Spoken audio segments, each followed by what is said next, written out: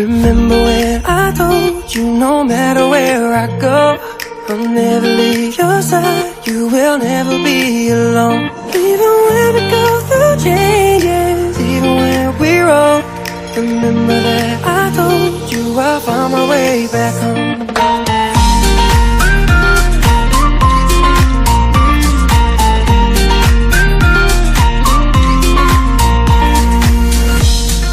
Never let you go, couldn't run away if I tried. Cause even when I'm all alone, you got a hold of my mind. And I'll always let you know that I'm always gonna hold on. And I told you right from the start, you just say the word and I go. No, it doesn't matter how far, cause your love is all that I know. Baby, you just stay where you are, and you know I won't be too long. Hold on, hold on. Remember when I told you no matter where I go, I'll never leave your side, you will never be alone. Even when we go through changes, even when we're old, remember that I told you I'll find my way back home.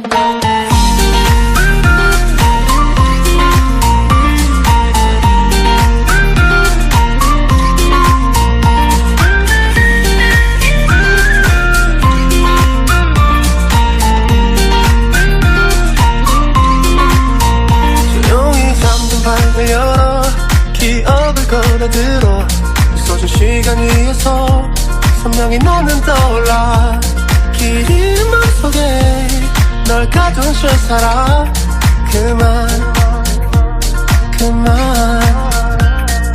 멈춘 시간 속 잠든 너를 찾아가 아무리 막아도 결국 너의 곁인 걸 결국엔 여행을 끝냈네 이젠 돌아가 너라는 집으로 지금 다시 way back home 세상을 뒤집어 찾으려 해 오직 너로 완결된 이야기를 No, I won't never lose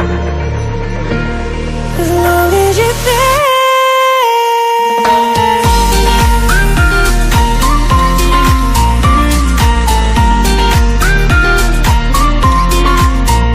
빛이 다 꺼진 여기 날 안아줘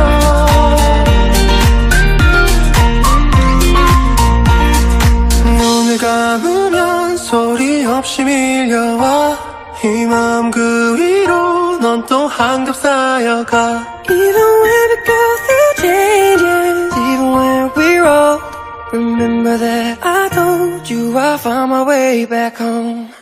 Terima kasih kita ucapkan kepada Saudara Romi selaku Ketua Pelaksana webinar ini.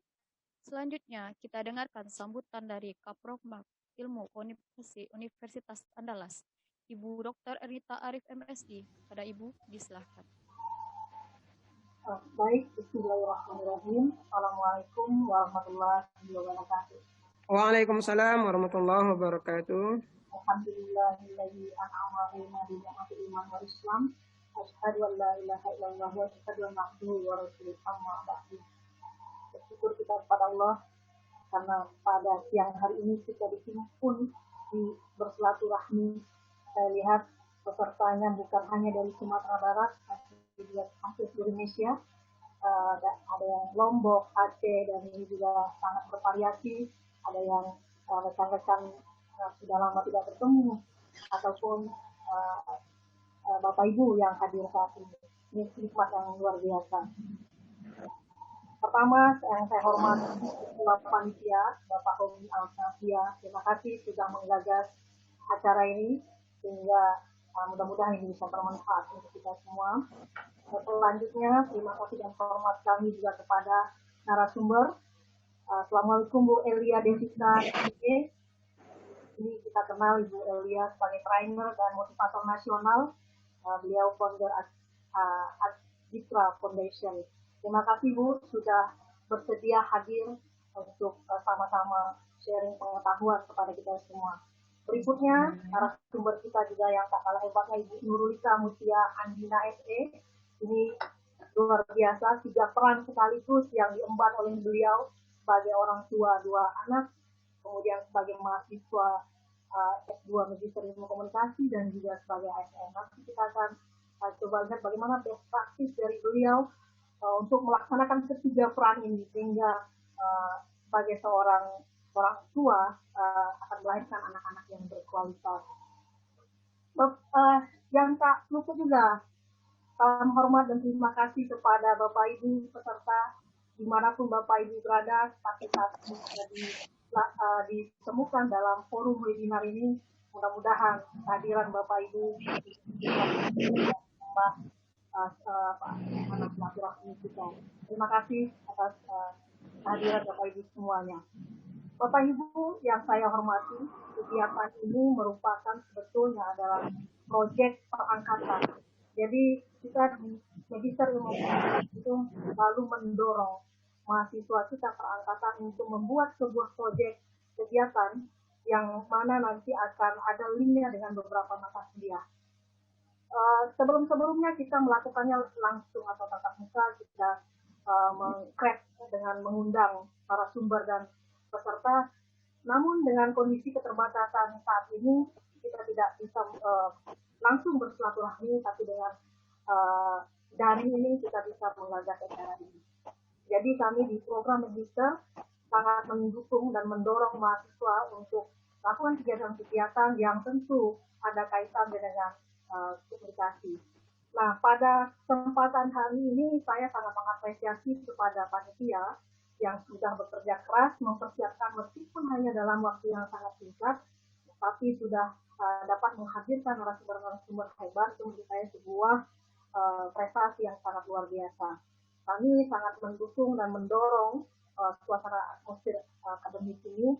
Mudah-mudahan dengan kegiatan ini nantinya dapat memberikan value atau nilai kebermanfaatan bahwa program Magister Ilmu Komunikasi juga bisa memberikan manfaat untuk orang banyak. Kita berharap kegiatan ini dapat terjalan dengan baik karena saya diminta juga untuk membuka acara ini dengan mengucap Bismillahirrahmanirrahim. Kegiatan webinar program Magister Ilmu Komunikasi Universitas Andalas dengan tema peran dan tantangan orang tua dalam mempersiapkan SDM unggul. Semenjak ini saya buka dengan resmi. Semoga kegiatan ini bermanfaat dan kita semua dalam keadaan lindungan yang Maha Kuasa. Akhir kata, wabillahi taufiq wal hidayah. Wassalamualaikum warahmatullahi wabarakatuh. Waalaikumsalam warahmatullahi wabarakatuh. Baik, terima kasih kita ucapkan kepada Ibu Erdita selaku Kaprofmak dari program Magister Ilmu Komunikasi Universitas Andalas. Hadirin Bapak Ibu yang berbahagia, sebelum kita mulai acara kita ini, ada baiknya kita panjatkan dulu doa sesuai agama dan kepercayaan kita masing-masing. Berdoa.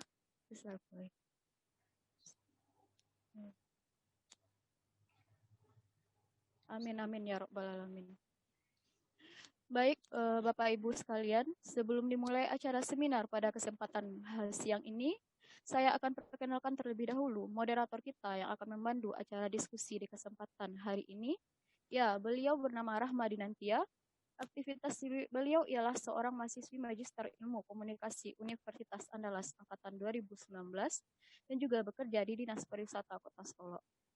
Untuk itu, rekan-rekan, mari kita langsung sambut saja moderator hebat kita, Saudara Rahma Dinantia. Kepada saudari kita persilahkan. Terima kasih sebelumnya kepada MC. Assalamualaikum warahmatullahi wabarakatuh. Waalaikumsalam warahmatullahi wabarakatuh. Selamat siang Bapak Ibu peserta webinar pada hari ini.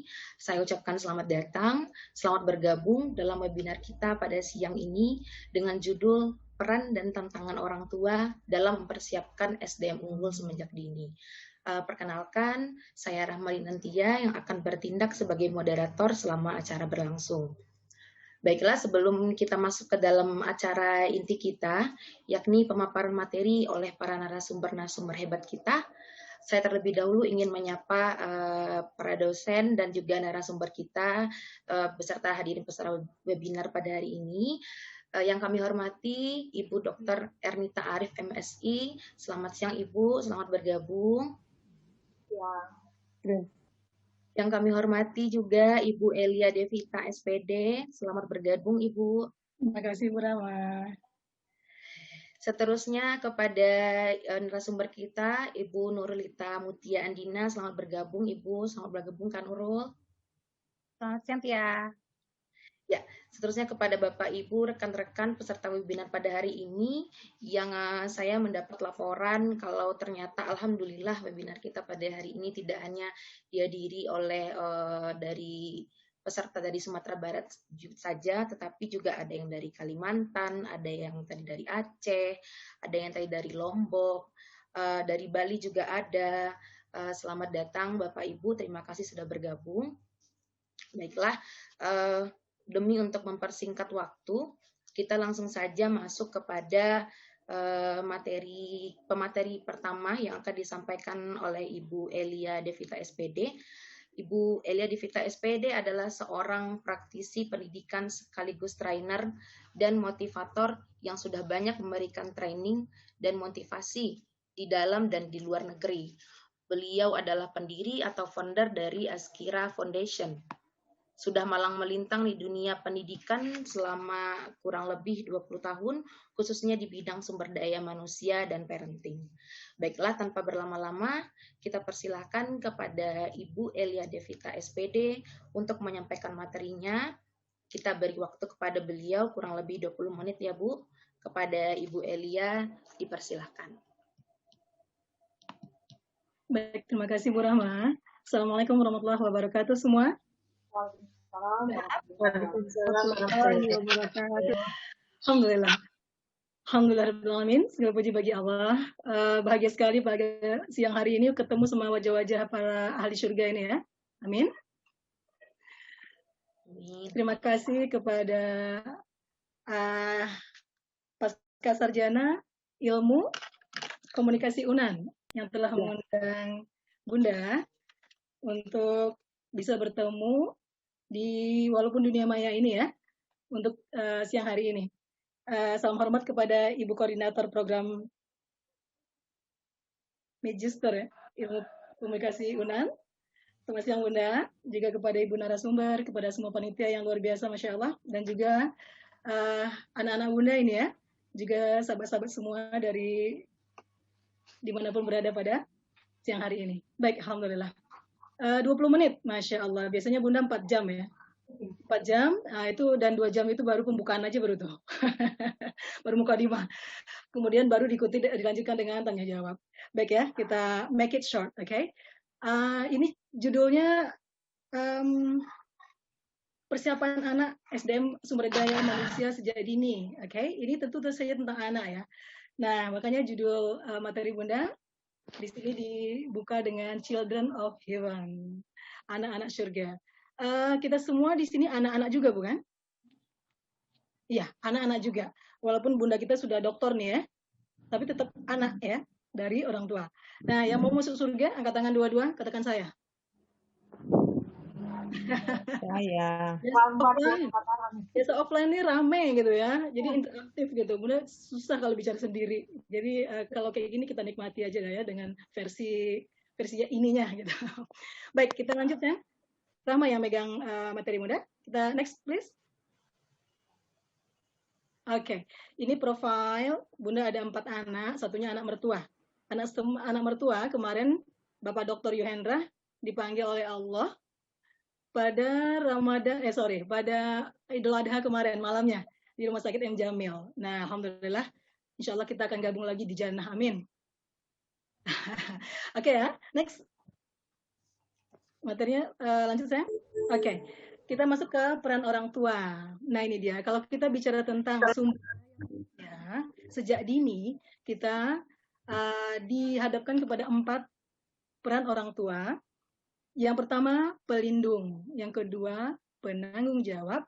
Yang ketiga, pendidik. Yang keempat, role model. Oke.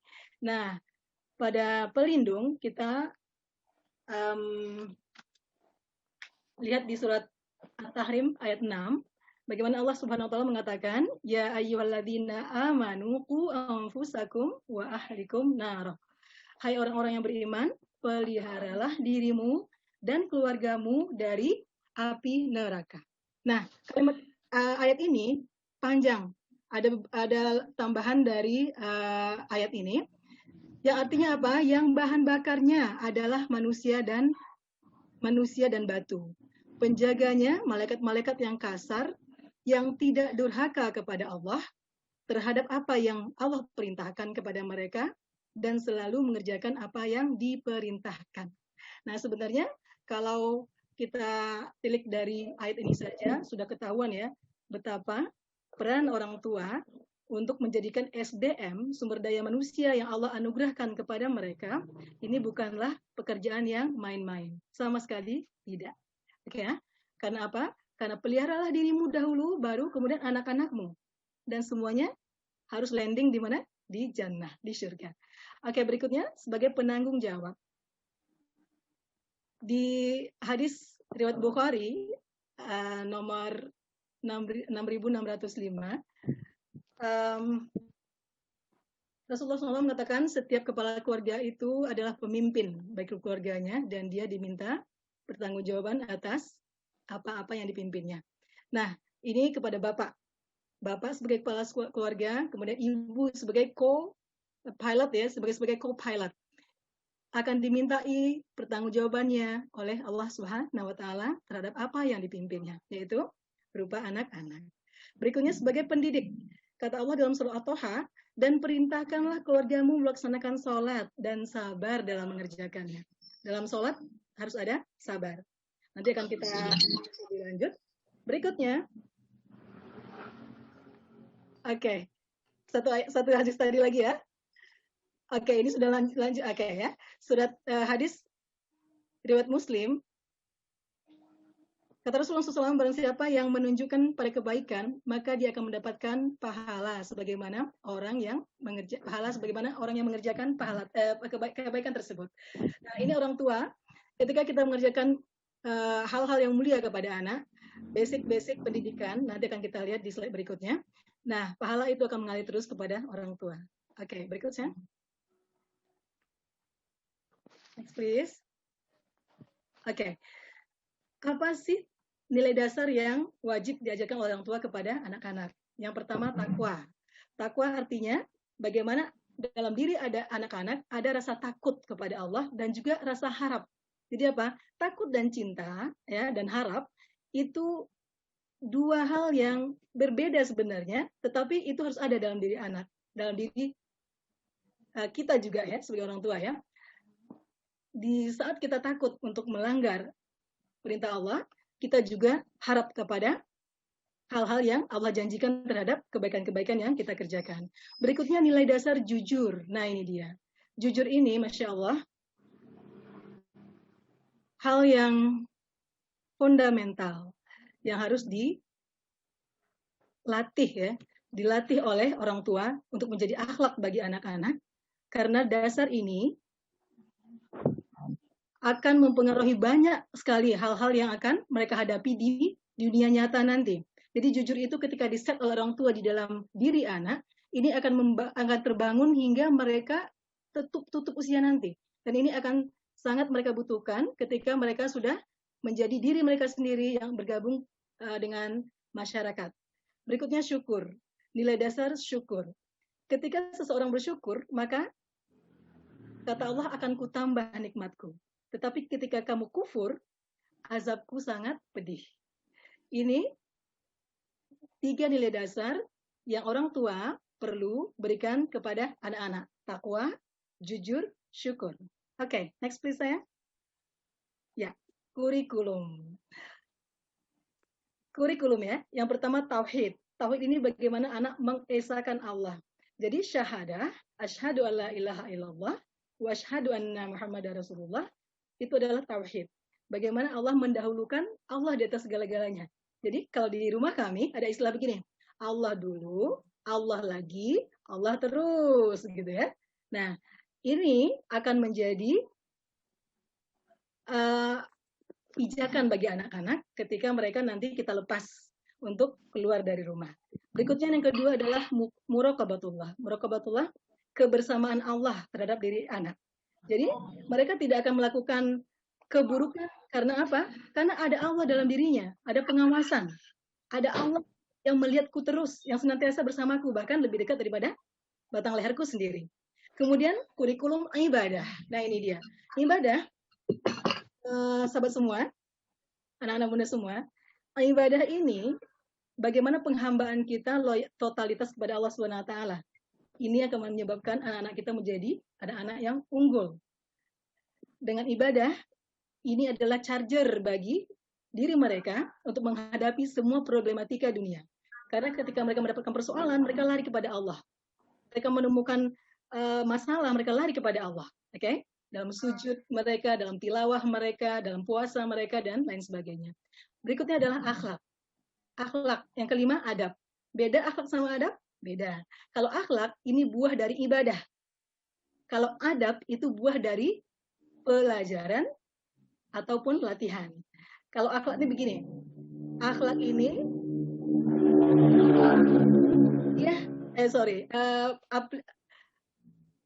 tindakan mulia yang mereka lakukan ketika mereka mengenal Allah setelah ibadah. Tetapi kalau adab, belum tentu berakhlak. Adab ini contohnya apa? Ketika orang Jepang antri, orang Jepang jujur, itu dari adab, karena dia dilatih. Oke? Nah, itu beda akhlak dan adab. Jadi, untuk kurikulum bagi pendidikan anak-anak kita, ini contoh soal ini, contoh konkret ini ya, ada Hafiz di sini, tauhid, muraqabatullah, ibadah, akhlak, dan adab. Oke sayang, berikutnya. Ini dia persiapan, Masya Allah ya, persiapan seseorang untuk mendapatkan sumber daya yang unggul sejak dini. Pemilihan pasangan. Nah, oke ya, anak-anak muda yang belum menikah, semoga dimudahkan Allah untuk segera dapat yang terbaik, amin. Ya, amin ya, hingga jannah ya. Memilih pasangan. Rasulullah SAW memberikan panduan agama, bentuk ya, sosok, kemudian apa? Keluarga, keturunan, kemudian harta. Tapi dulukanlah agamanya. Pesta pernikahan. Catatan untuk ini adalah islamisasi pesta pernikahan. Banyak pesta pernikahan yang mengundang gubernur, bahkan menteri, kalau bisa Bapak Presiden datang ya. Tetapi tidak mengundang Allah di pesta pernikahannya. Kenapa? Indikatornya apa? Indikatornya adalah pengantin nggak sholat pada hari H pernikahan. Sementara orang semua diundang, adalah undangan itu semua untuk mengucapkan apa? Mendoakan supaya sakinah, mawaddah, warahmah hingga jannah. Kan? Nah, tetapi Allah nggak diundang dalam pesta. Kita lihat banyak pesta yang anak daro. Kalau Sumatera Barat itu anak daro ya, yang harga make up-nya 10 juta. Sayang kalau dibasahin. Dan peak party itu di mana? Di zuhur bukan? Di zuhur time ya, di 12 sampai jam 2 itu peaknya pesta. Tuh orang mau salaman gimana dong ya? Nah, bahkan 2 keluarga besar ikut nggak sholat. Itu banyak terjadi yang begini. Nah, kita padahal menginginkan SDM yang lahir dari rumah tangga kita adalah SDM yang unggul sejak dini. Oke, next. Malam pertama, first night. Ini Ibu udah hafal banget ya. First night. Siapa yang bisa bantah? Peradaban itu dimulai dari ranjang. Silakan bantah nanti ya. Oke. Peradaban dimulai dari ranjang. Ranjang ini ketika suami istri bertemu untuk sebuah peradaban. Nah, ini sering terlalaikan untuk apa? Sering tidak ada ilmu terhadap apa? Berdoa. Doa sebelum sedekah. Doa sebelum sedekah ini, bagaimana seseorang membentengi dirinya dari godaan syaitan yang terkutuk, begitu juga anak-anak yang akan mereka peroleh dari hasil sedekah mereka waktu itu. Nah, yang belum hafal, silakan search di Google. Insya Allah ada di sana ya. Doa sebelum sedekah. Nah, ini first night. Ini perlu banget karena apa? Sejak dini itu dimulai dari mana? Sejak sperma datang. Oke? Dan bahkan sebelumnya, yaitu mulai dari pemilihan pasangan tadi dulu ya.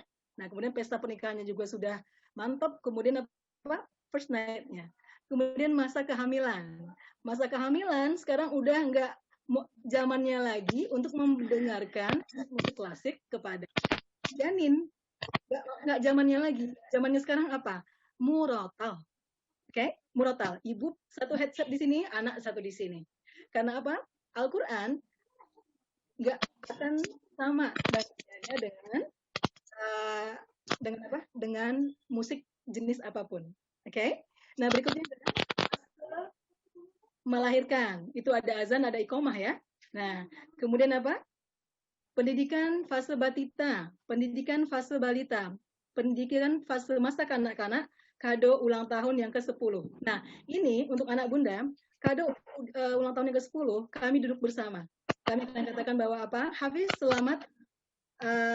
Sekarang, alhamdulillah sudah 10 tahun.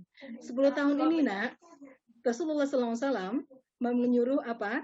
Ayah bunda untuk memukul. Jadi sholatnya itu dari awal bayi ya, udah diajar sholat ya. Kemudian juga apa namanya, juga ketika bayi pun sudah diajak sholat. Kemudian mereka juga ikut sholat sama bundanya, sama ayahnya gitu ya. Berjamaah di rumah ketika sholat tahajud dan seterusnya.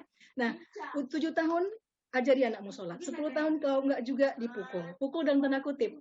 Nah, gimana dong? Bunda sama ayah nggak mau mukul. Jadi gimana nak? Nah, kita MOU dulu. Jadi itu kado ulang tahun. Mendudukkan perkara tentang kewajiban-kewajiban anak setelah dia berumur 10 tahun itu. Berikutnya adalah pendidikan fase awal. Untuk fase awal, dewasa, nah di sini ada yang kelewat nggak sih? Dari kanak-kanak 10 tahun kemudian dewasa. Siapa yang tahu? Lah biasa di offline nih ya. Siapa yang tahu apa yang ter ini nih? Yang tercecer? Remaja ya? Remaja tercecer ya? Oke, pas remaja atau adolesen itu nggak ketemu dalam Islam, nggak ada. Itu adalah pola Barat, oke ya. Para psikolog Barat make it detail tentang fase-fase kehidupan manusia dan itu ada adolesen di situ, ada remaja. Kita nggak jumpa yang begitu. Kita berjumpa dengan apa? Langsung fase dewasa. Jadi dari kanak-kanak ketika seorang anak sudah mimpi basah, dia langsung dewasa. Dia bertanggung jawab penuh atas dirinya. Seorang anak-anak ketika dia haid pertama umur 9 tahun kah? Oke, sekarang banyak percepatan ya. Karena banyak juga karena makanan kah atau karena rangsangan dari luar kah ya. Nah, itu anak sudah langsung dewasa. Jadi dari kanak-kanak langsung dewasa. Nah, ini perlu banget untuk dipahami oleh orang tua dan dipahamkan kepada anak-anak bahwa nak, sekarang kamu sudah menanggung semua risiko atas kedewasaanmu dan juga menuai semua kebaikan yang engkau lakukan sendiri. Jadi artinya apa? Dia bertanggung jawab atas dirinya sendiri. Nah, ini pendidikan fase dewasa awal, nanti ada juga fase akhir. Jadi intinya apa? Bahwa pendidikan anak ini sampai madal hayah, hingga akhir hayat seorang tua tetap perlu membimbing anak-anak. Oke, sayang? Next please. Berikutnya, Rahma. Oke, makanan. Oke ya, ini juga persiapan untuk SDM unggul sejak dini. Akal anak perlu ilmu, ruh anak perlu makanannya ibadah, jasad anak 4 sehat, 5 sempurna, 6 halal. Oke, untuk kita orang tua, 6 halalnya ya. Sehat, tidak ada Royco di sana, waduh, Pak Royco marah nanti ya. Nah, nggak ada penyedap, segala macam, kemudian sempurna dengan susu dengan halal. Halal ini akan menjadi darah daging bagi anak. Nah, ini akan membuat anak bisa nggak kita bentuk nanti menjadi anak yang soleh-soleha. Oke, harapan kita yang unggul sejak dini itu. Oke, next please. Nah, ini dia tantangan pengasuhan hari ini. Ini banyak sebenarnya ya, tapi dari gadget aja dulu. Gadget, masya Allah. Bukan masya Allah ya, subhanallah ya.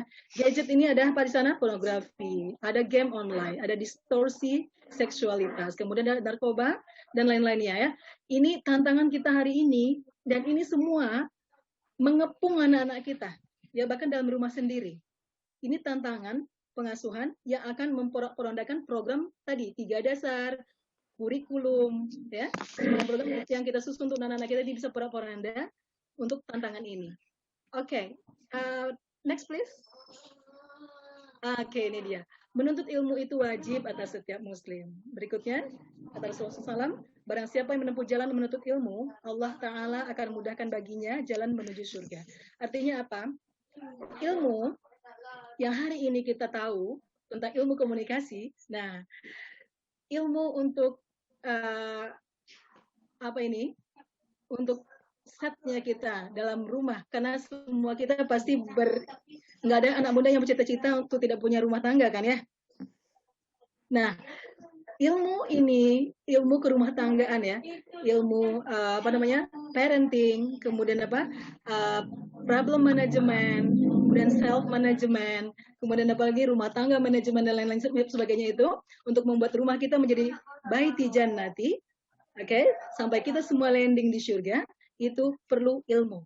Nah, untuk ini maka Allah SWT mempermudahkan mempermudahkan jalan bagi kita untuk menuju surga. Artinya apa? Jangan puas dengan master, sekarang master semua nih ya, calon master semua ya. Nah, besok sebentar lagi doktor, kemudian sebentar lagi profesor. Jangan puas dengan itu, karena apa? Sesungguhnya ketika orang tua sukses untuk membina anak-anak mereka, mendidik anak-anak mereka, indikatornya adalah ketika kedua kaki anak-anak kita landing di jannah. Itulah baru orang tua bisa dikatakan orang tua yang sukses. Tetapi profesor, tapi jauh dari Allah,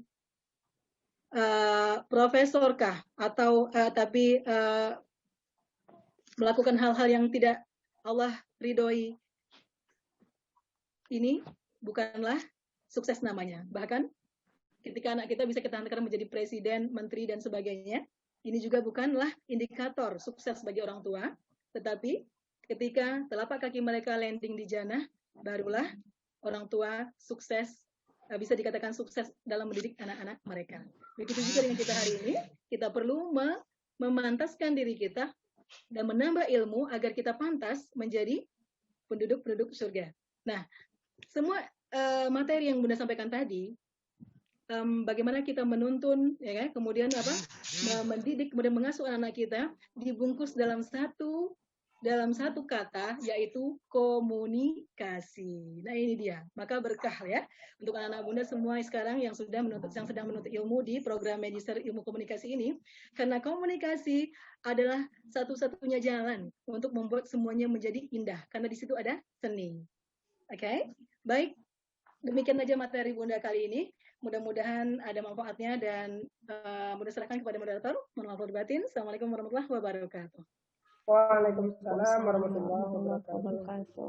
Terima kasih banyak Bunda Elia atas pemaparan materi yang sangat menarik sekali, dan pastinya juga sudah banyak dari Bapak, Ibu, dan peserta webinar pada hari ini yang ingin bertanya kepada Bunda ya Bun ya.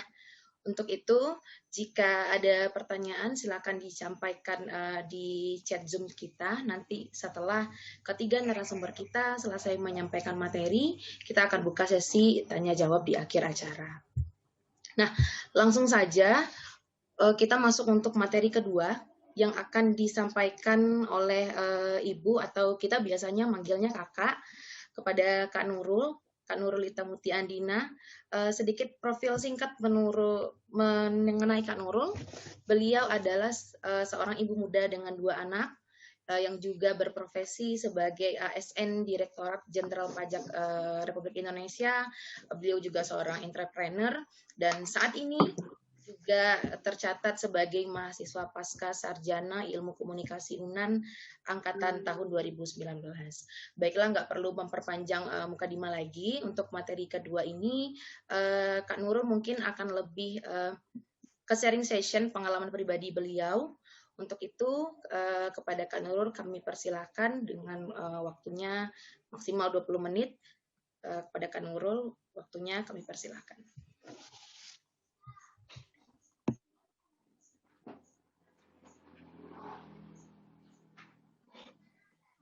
Terima kasih Tia. Bismillahirrahmanirrahim. Assalamualaikum warahmatullahi wabarakatuh. Waalaikumsalam warahmatullahi wabarakatuh. Mohon izin kepada Ibu Kapromak dan terima kasih juga atas kesempatannya saya diberikan waktu untuk berbagi kepada teman-teman semua mengenai pengalaman pribadi saya dalam mengasuh 2 orang anak, dan apa saja peran dan tantangannya selama proses pengasuhan itu demi mempersiapkan SDM yang unggul semenjak dini.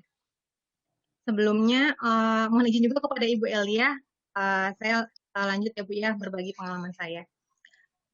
Baiklah, sebelumnya saya mau memperkenalkan diri saya, mungkin tadi sudah disebutkan ya. Ini profil singkat saya, nama saya Nurul Mutiandina, lahir di Padang tanggal 22 November 89. Riwayat pendidikan semuanya di Padang, termasuk saat ini juga lagi mengenyam pendidikan di program Magister Ilmu Komunikasi Universitas Andalas Padang. Sedangkan untuk riwayat pekerjaan sendiri, saya pernah bekerja setelah wisuda itu langsung bekerja di PT Bank Syariah Mandiri, lalu kemudian pindah ke PT Bank BNI, selanjutnya sampai sekarang dari tahun 2012 kerja di sebagai ASN di Direktur Jenderal Pajak. Status saat ini menikah dengan 2 orang anak. Mudah-mudahan nggak ganti-ganti ya statusnya. Nah, baik, saya akan mulai dulu. Mulai dari being a parent is.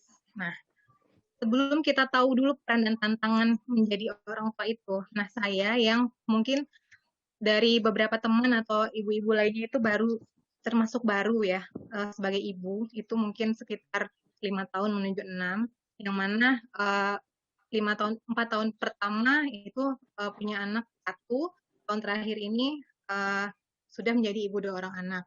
Nah, yang dapat saya ambil dari mungkin teman-teman yang sesama dengan instansi saya yang mungkin juga hadir di sini sangat mengetahui sekali bagaimana ketika saya bekerja di instansi saya waktu itu, bagaimana prioritas utama saya itu adalah memang anak.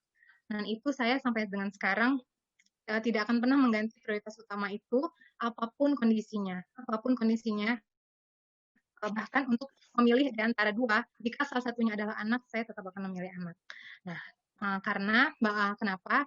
Karena itu balik lagi, menjadi orang tua itu pilihan kita gitu. Jadi ketika kita memilih untuk menjadi seorang ibu, itu berarti kita sudah tahu apa saja dampak-dampak yang akan mengikuti pilihan kita itu.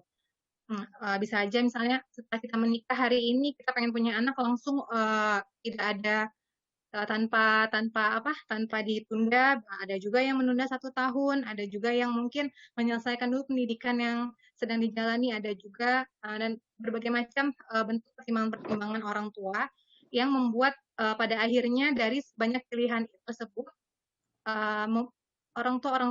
calon orang tua ini membuat sebuah keputusan yang sudah didasari oleh berbagai pertimbangan yang matang. Nah, itulah ketika kita sudah memilih untuk menjadi seorang ibu, ini di luar adanya takdir, rezeki dari Tuhan dan yang lain sebagainya, tapi kembali diri kita dulu yang kita siapkan dulu. Setelah kita memutuskan untuk menjadi seorang ibu, maka banyak sekali persiapan yang harus kita jalani. Saya di sini tidak membahas ayah ya, karena yang saya jalani adalah peran ibu, sehingga ketika kita memilih menjadi seorang ibu, itu kita akan ada berbagai macam persiapan yang harus kita siapkan untuk menyambut kedatangan buah hati kita ini. Jangan sampai kita hanya sekedar nikah punya anak, terus nanti anak kita terbengkalai, kita nggak tahu planning apakah kita kan setelah melahirkan mungkin kita bisa nih perkirakan 9 bulan melahir, 9 bulan hamil, itu apa saja yang dipersiapkan nanti, kira-kira setelah kita hamil apakah kita akan bisa bersama anak kita untuk merawat dan mendidiknya, jika tidak apa planning yang akan kita jalani, seperti itu. Mungkin itu dulu yang utama yang saya lakukan ketika saya memutuskan untuk menjadi seorang ibu. Kemudian selanjutnya, bagi saya satu yang paling saya ingat ketika saya ingin sudah siap katakan seperti itu memiliki anak, lalu saya ingat sekali pesan orang tua saya bahwa ibu itu adalah madrasah pertama dan utama bagi anak-anaknya. Di situ saya agak malu ya, maksudnya waktu itu kondisi saya lagi hamil, saya agak malu, maksudnya saya aja tuh rasanya juga masih jauh dari kata sempurna, dan masa saya berani-beraninya gitu untuk menjadi madrasah utama bagi makhluk lain yang itu belum ada sekarang. Nah, itu di situ saya dari sana saya juga mempersiapkan diri saya menjadi bagaimana untuk semaksimal mungkin berusaha menjadi lebih baik agar nanti generasi-generasi yang saya lahirkan ini adalah tidak merasa sedih telah dilahirkan dari rahim seseorang seperti saya, seperti itu. Nah, bagaimana caranya untuk bisa mewujudkan peran ini sebagai madrasah utama dan pertama bagi anak-anak saya nantinya itu. Nah, saya itu tidak akan pernah memikirkan hasil. Awal-awalnya semua orang pasti mempunyai yang namanya anak pertama pasti otomatis jadi pengalaman pertama. Pengalaman pertama itu berarti ada siap nggak siapnya. Nah, itu awal-awal memang agak merasa tertekan karena misalnya anak kita tidak sesuai dengan perkembangan anak lain atau misalnya pokoknya kelebihan anak kita itu tidak jika dibandingkan dengan anak-anak lainnya seperti itu. Namun supaya tetap waras ya dalam tanda kutip itu kita harus pikirkan hasilnya saja. Kita jangan pikirkan hasilnya maksudnya. Jadi kita tuh tidak usah memikirkan nanti misal saya mau mendidik anak saya dari sekarang membiasakan anak saya dengan murotal. Nah, Pak, saya pengennya nanti 2 tahun anak saya sudah menjadi hafiz Quran atau penghafal Quran minimal 1 juz atau berapa juz gitu. Nah, jangan karena nanti kalau misalnya kita akan fokus ke hasil, segala yang kita berikan kepada anak itu kita jadinya nanti mengharapkan pamrih. Kasihan anak jika nanti anak kita tidak bisa memberikan hasil yang sesuai dengan yang kita harapkan tadi. Oleh karena itu fokuslah kepada proses. Upayakan yang terbaik yang bisa kita lakukan. Misalnya kita lihat anak kita seperti apa, seperti itu ya. Nah, misalnya dia senangnya mungkin lebih ke permainan yang olahraga atau misalnya ke musik, kita arahkan. Nah, atau misalnya juga Sleeping Beauty. kita mungkin dia ketika sebelum tidur mungkin kita tetap tetap mendengarkan ayat suci Al-Quran kepada anak. Nah, tapi tanpa keinginan apapun bahwa anak kita nantinya akan menjadi hafiz yang usia termuda di dunia dan lain-lain sebagainya itu tidak perlu. Nah, selanjutnya kalau saya kembali kepada ketika saya dihadapkan ke beberapa pilihan gitu ya, saya akan kembali kepada kodrat saya sebagai wanita. Kodrat sebagai wanita adalah menjadi seorang ibu, bukan menjadi seorang wanita karir. Itu untuk saya ya, mungkin beda-beda bagi ibu lainnya, tapi bagi saya kembali kepada kodrat saya. Ketika anak saya sakit dan saya harus datang ke kantor, anak saya sakit dan tidak ada satu orang pun yang dapat membantu untuk mengurusnya, atau saya akan meninggalkan anak saya dalam kondisi yang mengkhawatirkan, saya tidak akan pergi untuk mengerjakan hal lain di luar fokus kepada urusan anak saya. Nah, ketika kita menjadi ibu dan kita juga menjadi wanita karir atau working mom itu tidak salah. Itu adalah bentuk ikhtiar kita menjadi seorang ibu tadi. Jadi bukan kita menjadi ibu lalu anak kita dibiarkan dengan orang lain, kita nggak tahu apa perkembangan dia, terus kita tetap mengejar cita-cita dan mimpi kita yang pada saatnya nanti di akhirat pun bukan itu yang ditanyakan, bukan sampai di mana jenjang karir kita, tapi apa yang sudah kita lewati dan kita tinggalkan selama kita memiliki anak-anak ini. Jadi bagi saya menjadi working mom itu adalah sebagai penunjang. Misalnya dari sisi finansial mungkin masih kurang, jadi saya mau lebih layak lagi. Selanjutnya tantangan sendiri bagi saya itu menjadi orang tua ada 4 yang saya coba bagi. Itu yang pertama adalah dari diri sendiri, lingkungan, adanya multiperan dan dari anak tadi. Kalau dari diri sendiri itu bagaimana untuk how to deal with yourself gitu. Jadi bagaimana meyakinkan diri, menguatkan mental, menjaga diri, menjaga kebersihan, menjaga kesehatan kita sendiri yang menurut saya itu dulu faktor utamanya, diri kita dulu yang harus kita siapkan, barulah kemudian kita bisa mendidik anak kita sesuai dengan jalan yang atau langkah-langkah yang sudah kita buat atau kita susun seperti itu. Diri kita dulu, seperti contohnya misalnya di saat COVID ini, saya merasa amazed terhadap diri saya sendiri yang tadinya saya itu selalu dibantu oleh para pengasuh untuk mengasuh anak saya ketika saya pergi keluar. Nah itu ketika COVID ini mau nggak mau saya harus membatasi kedatangan orang-orang di luar dari inner circle saya karena ketakutan-ketakutan akan adanya bawa virus dari luar dan lain sebagainya itu, sehingga otomatis resikonya adalah konsekuensinya adalah saya harus bisa untuk mengurus kedua anak saya ini tanpa bantuan siapapun. Nah, itu. Nah, bagaimana caranya kita meyakinkan diri kita dulu, tenang dulu, pikirkan dulu, apapun yang datang kepada kita, apapun permasalahan yang datang itu kita harus diam dulu, tenang dulu, pikirkan. Nah, baru kita tarik nafas, mungkin diri kita dulu kita tenangkan, baru nanti kita mikirin rencana-rencananya. Karena kalau kita sudah tenang, kalau diri kita sudah deal with anything, itu insya Allah apapun yang akan kita lakukan itu dibantu sama Allah. Selanjutnya itu, apalagi saya ya, pada saat COVID ini harus juga harus mengurus anak sendiri, lalu suami saya juga jauh kan, udah lockdown dan nggak bisa pulang, lalu misalnya belum lagi kuliah, tesis dan lain sebagainya, itu tidak mudah, sangat tidak mudah untuk dijalankan apabila otak kita tidak berpikir secara tenang seperti itu. Kemudian lingkungan. Tantangan saya menjadi orang tua ini yang tidak kalah menantangnya adalah lingkungan. Nah, dari lingkungan itu nanti akan adanya mom shaming, akan adanya penghakiman terhadap proses pendidikan anak, adanya tekanan dari berbagai pihak. Nah, itu menjadi tantangan juga bagi saya ketika saya mempersiapkan anak-anak saya menjadi SDM unggul. Selanjutnya multi peran tadi, bagaimana time manajemennya, stress levelnya harus diturunkan. Itu juga tantangan yang agak berat juga. Jadi yang terakhir adalah dari anak itu sendiri.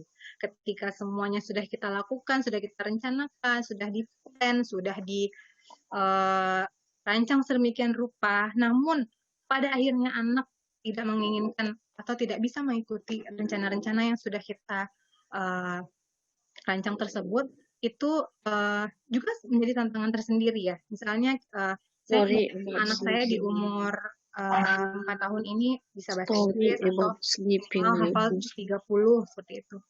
Nah, usaha yang saya lakukan adalah membantu dia belajar atau misalnya mencarikan guru lesnya, ustadz dan lain-lain. Tapi ketika anak saya itu tidak mau, nah ya sudah saya mau nggak mau mengikuti dia. Nah itu juga menjadi tantangan.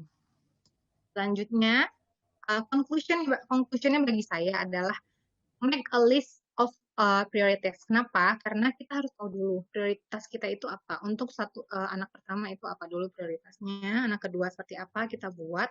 Kita upayakan sebaik mungkin untuk mewujudkan prioritas-prioritas tersebut. Kemudian fokus on the main goal. Jadi tujuan kita apa? Kita mau anak kita menjadi apa? Atau kita mau anak kita seperti apa? Menjadi anak yang bahagia, menjadi anak yang pintar, menjadi anak yang A, B, C, atau D sesuai dengan goal yang kita inginkan. Fokus di situ, nggak usah kemana-mana.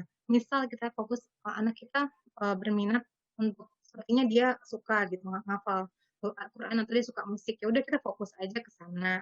Nggak usah kita lihat anak orang tiba-tiba dia udah bisa lompat tinggi ribuan meter mungkin ke langit.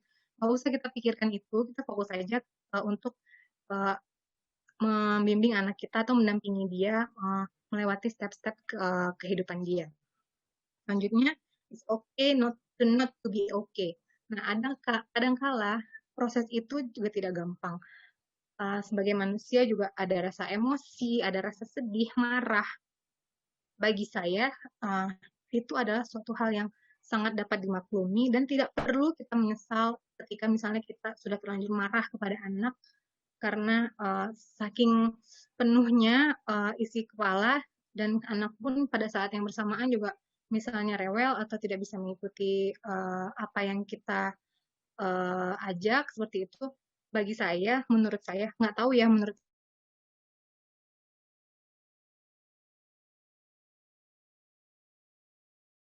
stress release ya. Jadi bukan maksudnya kita harus stress release dengan marah-marah kepada anak, enggak. Tapi kadangkala ketika kita harus marah dan terlanjur marah, bagi saya itu nggak masalah. Tapi kemudian dengan berlebihan dan kemudian ketika telah terlanjur seperti itu mungkin bisa diberi pengertian kepada anak atau pada lingkungan kita yang mungkin juga kena dampaknya, bisa kita memberikan penjelasan kenapa terjadi seperti itu. Nah, selanjutnya ya ujung-ujungnya tetap do the rest. Semuanya apapun yang kita rencanakan, apapun yang sudah kita upayakan, kalau Tuhan berkehendak A, maka akan terjadi A. Kalau Tuhan berkehendak B, begitupun Allah apapun yang terjadi juga akan B. Yang pasti sih bagi saya niat di hati dulu yang baik. Nah nanti Allah pun akan mendengar, Allah akan lihat usaha kita dan nggak akan membiarkan kita berlarut-larut dalam kesusahan. Menurut saya seperti itu. Nah itulah personal experience saya. Mungkin ada yang baik bisa diambil, yang buruknya mungkin jangan ditiru. Semoga sharing ini bisa bermanfaat bagi teman-teman semua. Demikian mungkin moderator dari saya. Wabillahi taufiq wal hidayah. Assalamualaikum warahmatullahi wabarakatuh. Waalaikumsalam warahmatullahi wabarakatuh. Baik, terima kasih kepada Kak Nurul yang sudah menyampaikan pengalaman beliau terkait personal experience beliau mengenai materi kita pada hari ini. Suatu cerita yang sangat menarik sekali dan tentunya pasti beberapa di antara Bapak Ibu peserta webinar pada hari ini juga ada yang mengalami pengalaman serupa. Baik, karena waktu juga kita langsung saja untuk masuk kepada sesi terakhir untuk materi kita pada hari ini. Kami ingatkan kembali jika ada yang ingin bertanya silakan di chat di kolom komentar. Nanti setelah sesi ketiga berakhir, kami akan buka sesi tanya jawab yang akan dijawab oleh para narasumber kita. Oke, untuk sesi ketiga tidak usah berlama-lama lagi, yang akan disampaikan oleh Ibu Dr. Ernita Arif MSI. Sebelumnya izinkan saya sedikit menyampaikan profil singkat beliau. Ibu Dr. Ernita Arif MSI, sebagaimana yang kita ketahui adalah seorang akademisi. Beliau adalah dosen ilmu komunikasi di Universitas Andalas, sekaligus juga menjabat sebagai ketua program Magister Ilmu Komunikasi di Universitas Andalas. Menempuh pendidikan dari strata 1 hingga gelar doktornya di Institut Pertanian Bogor, sudah menulis dan menerbitkan puluhan jurnal nasional ataupun internasional di bidang ilmu komunikasi. Jadi dedikasi beliau sebagai seorang akademisi tidak perlu kita ragukan lagi. Baiklah, kita langsung saja persilahkan kepada Ibu Dr. Ernita Arif MSI untuk menyampaikan materinya dengan waktu kurang lebih 20 menit. Dipersilahkan Ibu. Oke, baik, terima kasih Ibu Moderator. Apakah slide saya sudah terlihat? Sudah, Bu. Sudah. Baik, bismillahirrahmanirrahim. Assalamualaikum warahmatullahi wabarakatuh. Waalaikumsalam warahmatullahi wabarakatuh. Ya, pertama saya sangat berterima kasih kepada Bu Elia dan Bu Nurul yang sudah memotivasi dan memantik pikiran kita.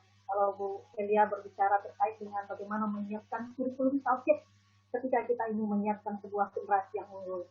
Dan Bu Nurul sudah memaparkan bagaimana pengalaman beliau menjadi seorang ibu yang pada awal ketika beliau melangkah ke rumah tangga ke jenjang pernikahan ya Bu Nurul, yang teringat bagaimana nanti akan dibangun sebuah madrasah sama gitu dari anak-anak beliau. Menurut saya ini sebuah ilmu yang sangat bermanfaat buat kita semua.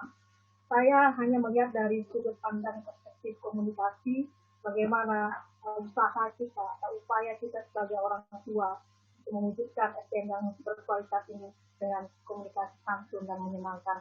Saya melihat di forum ini sudah hadir Pak Bakarudin. Beliau adalah guru kami di FISIP dan beliau adalah dekan FISIP 3 periode yang lalu. Terima kasih Pak Bakar sudah bersedia memantau kegiatan ini. Insya Allah di akhir sesi nanti saya minta juga beliau untuk merespon atau memberikan arahan karena beliau sudah sangat luar biasa dalam melahirkan anak-anak yang berkualitas.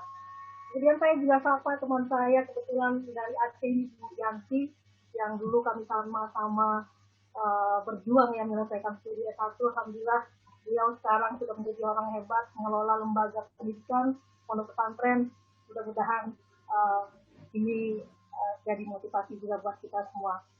Baik Bapak Ibu yang saya hormati, izinkan saya untuk berbagi selama 20 menit ini. Tadi moderator sudah memperkenalkan. Nah, saya melihat bahwa ini SDM kita itu betul-betul dibentuk dari keluarga. Hari ini kita lihat secara garis besar, secara umum, bangsa kita kalau dilihat dari angka IPM-nya ya, SDM itu diukur dari indeks pembangunan manusia.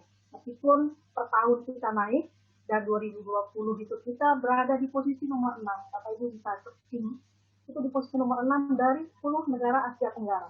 Artinya apa Bapak Ibu? Kita masih tertinggal dari negara-negara ya, Singapura, Brunei, Malaysia, Thailand, Filipina. Jadi artinya apa? Karena SDM ini pangkalnya itu adalah dari keluarga, tentunya kita harus betul-betul menyorot bagaimana keluarga ini berperan dalam menyiapkan sumber daya manusia yang berkualitas. Nah, karena jembatan dalam mempersiapkan SDM itu adalah komunikasi, artinya apa Bapak Ibu semuanya, di dalam sebuah keluarga ataupun dalam interaksi sosial kita sangat menyadari lah semuanya, karena satu hari yang lalu kami berdiskusi juga dengan pakar komunikasi bahwa komunikasi ini memang ilmunya Allah yang diberikan kepada setiap manusia. Dalam surat Ar-Rahman kalau kita baca alamahul bayan, jadi Allah yang mengajarkan manusia untuk berbahasa, berbicara. Jadi karena ini kompetensi yang hampir yang semua makhluk dan manusia diajarkan untuk berkomunikasi, tinggal sekarang bagaimana komunikasi ini kita kelola dengan baik. Supaya apa? Supaya dia bisa menimbulkan sesuatu yang baik. Karena apapun situasi atau persoalan selalu yang jadi permasalahan itu adalah komunikasi. Nah, kita zoom yang lebih kecil lagi dari aspek keluarga, tapi tadi Bu Elia sudah menyinggungnya. Kita sudah punya kurikulum tauhid terhadap anggota keluarga kita, tinggal bagaimana. Nah, komunikasi ini menjadi perekatnya, menjadi garda terdepannya supaya kurikulum yang kita sudah buat itu bisa berhasil dengan baik. Gitu. Nah, karena memang komunikasi ini tidak hanya terbatas dalam bentuk kata-kata, tapi dia adalah seluruh aktivitas yang kompleks gitu ya Bapak Ibu ya, yang menyeluruh, baik itu dari bahasa tubuh, aspek non-verbal gitu ya, kemudian ya kata-kata itu sendiri gitu, menjadi satu kesatuan yang bisa nanti menghasilkan apa yang kita sampaikan, apa yang kita perlihatkan itu bisa dapat dipahami oleh lawan bicara kita. Nah, yang paling penting dalam komunikasi di dalam keluarga ini adalah penuh dengan cinta dan kasih sayang. Sebagaimana ketika kita membina rumah tangga itu selalu didoakan oleh siapapun yang orang tahu bahwa kita sedang menuju ke sana, keluarga yang mawaddah warahmah gitu ya, penuh cinta dan kasih sayang. Nah, kalau kita dihadapkan dengan hal-hal yang bertolak ke belakang dari itu, kita akan menghasilkan relasi dengan yang tidak seperti kita harapkan. Gitu. Nah, ini saya coba share kepada Bapak Ibu dan saya yakin Bapak Ibu sudah punya ilmu ini di masing-masing keluarganya. Namun saya ingin menguatkan kita kembali. Hasil kajian-kajian riset menunjukkan Bapak Ibu semuanya bahwa anak yang mengalami komunikasi yang baik itu dia mempunyai kepuasan hidup lebih tinggi dibandingkan anak-anak yang tidak komunikasinya kurang baik atau negatif gitu. Ini hasil penelitian. Kemudian juga Bapak Ibu, saya kebetulan concern kepada keluarga dan pendidikan. Hasil-hasil kajian saya menunjukkan bahwa ya komunikasi ini sebagai nadi interaksi dalam keluarga dan menentukan kualitas kehidupan dalam keluarga. Sama seperti yang dilakukan oleh peneliti terdahulu, bahwa keluarga yang mengamalkan komunikasi positif dan peluang kepada anak itu terbuka, memberikan dia rasakan dan Tuh, dapat ini masuk bekerjasama. akal nggak? Nah, di Misalnya balik ada pembalut itu selama komunikasi yang negatif haid, kandungan itu berapa? Mas, Nah, ini juga asuransi tadi menunjukkan bahwa anak yang dibesarkan dalam keluarga yang mengalami komunikasi positif itu mempunyai kemungkinan yang rendah untuk mengalami tekanan. Karena kita lihat hari ini tekanan-tekanan begitu luar biasanya dari seluruh penjuru menggempur baik kita sebagai orang tua maupun anak sebagai anak gitu ya. Nah, apa yang perlu kita perkuat? Mungkin secara ekonomi kita tidak bisa memaksimalkan hal-hal yang mewah untuk anak kita, tapi yang ilmu Allah yang sangat mudah ini kalau kita maksimalkan, insya Allah Bapak Ibu semua itu akan meruntuhkan tembok-tembok pondasi-pondasi yang wah dengan kita mengoptimalkan dan mengelola komunikasi ini di dalam keluarga kita. Nah, tapi kita bisa lihat ini hasil-hasil kajian juga Bapak Ibu, meskipun komunikasi itu sebetulnya hal yang sederhana, tapi tidak semua manusia bisa mengolahnya dengan baik. Nah, saya selalu juga sampaikan fenomena ini ketika di forum-forum saya berbicara dengan orang tua bahwa maupun dengan guru gitu. Memang kenyataannya anak-anak kita itu banyak mendapat komunikasi yang tidak baik. Jadi kalau kita hitung, hampir setiap 4 menit anak-anak itu mendapat kata-kata yang negatif, hanya 75 kata-kata positif dari orang tua gitu. Jadi perbandingannya sangat luar biasa. Samping itu Bapak Ibu, anak-anak ini sering mendapat label yang buruk. Jadi bukan good label yang diperbanyak, justru label yang buruknya. Karena melihat dari perilaku anak-anak yang terlalu aktif, kita bilang dia, mohon maaf kalau di bahasa Minang itu ya Pak Bakarya mada gitu ya. Nah mungkin di tempat lain itu akan berbeda. Atau karengsang atau nakal. Nah sebetulnya mereka tidak seperti itu, tapi aktif yang kita lihat akhirnya kita memberikan label-label yang buruk. Gitu. Nah ya orang tua dan guru itu sering menyerang bahwa kamu ini gimana, kamu sih kamu selalu bicara kamu, tapi tidak melihat apa sesuatu dari kejadian-kejadian itu yang kita kritisi sehingga anak ada proses pembelajaran di situ. Kalau kita serang pelakunya atau orangnya, orang akan menjadi akan menjadi sedih gitu ya, mungkin rendah diri dan ya tidak ada efek-efeknya apa yang ada dia mengulang-ulang karena dia tidak kita coba lihat dari aspek apa yang dia lakukan gitu. Nah di samping itu Bapak Ibu, ini fenomena yang sering kita hadapi di dalam keluarga. Kita juga sering melihat jarangnya bertukar cerita, rumah yang besar, fasilitas yang mewah terasa tidak ada nilainya, terasa tidak punya roh. Jadi roh itulah sebetulnya orang-orang di dalam yang berinteraksi itu berkomunikasi. Pulang orang tua masuk kamar, pulang anak masuk kamar, terkunci semua. Makan pun dipanggil dengan WA, anak makan yuk, dia makan pakai WA karena semua mengunci diri. Nah ini yang fenomena-fenomena yang banyak kita lihat dan dengarkan Bapak Ibu. Kemudian terjadi pembicaraan kasar. Wah ansi atau ya mohon saya ketika saya sekali-sekali pulang kampung itu entah itu budaya atau entahkah itu sebuah hal yang biasa gitu. Berbicara kepada anak itu waang, nggak ada nak gitu ya. Aden, nah saya nggak tahu apakah ini ada suatu kaitannya dengan budaya itu nanti bisa diskusikan. Tapi kedengarannya dengan orang lain, jangankan anak, orang lain yang mendengarnya itu adalah suatu yang kurang elok. Gitu. Kemudian tertutup, otoriter, nada suara yang memerintah, ya. Apalagi kurang komunikasi. Dan yang menarik itu kalau ada persoalan selalu dibebankan kepada ibu. Dan kadang-kadang tidak menganggap anak itu penting. Nah, Bapak Ibu yang saya hormati, ini Larry yang mengatakan bahwa orang pertama kali mengenal kita, melihat kita, mempersepsikan kita, anak-anak kita akan melihat siapa kita. Orang teman-teman anak-anak kita akan melihat siapa kita. Ya dari mana dia bisa menilai itu, dari apa yang kita katakan dan bagaimana kita cara mengatakannya. Jadi dari komunikasi itu orang bisa melihat kita gitu. Ini luar biasanya. Padahal belum tentu hati kita selembut sutra, kebaikan kita begitu banyak, tapi ketika kita perlihatkan wajah yang cemberut, kata-kata yang kasar. Jadi kalau kata-kata yang tidak enak itu Bapak Ibu bukan hormon endorfinnya. Ada satu hormon namanya endorfin, kesenangan, jadi senang kita mendengarkan. Justru yang naik itu adalah tekanan darah gitu, berdesir darah kita ketika mendengar melihat orang itu tandanya sesuatu yang tidak beres gitu.